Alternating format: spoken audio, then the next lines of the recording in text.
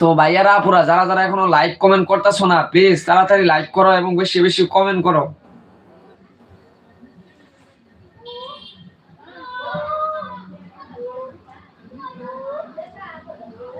তুমি আয়নার সামনে দাঁড়িয়ে কি দেখো, তোমার সৌন্দর্যতে কি আছে লুকোনো।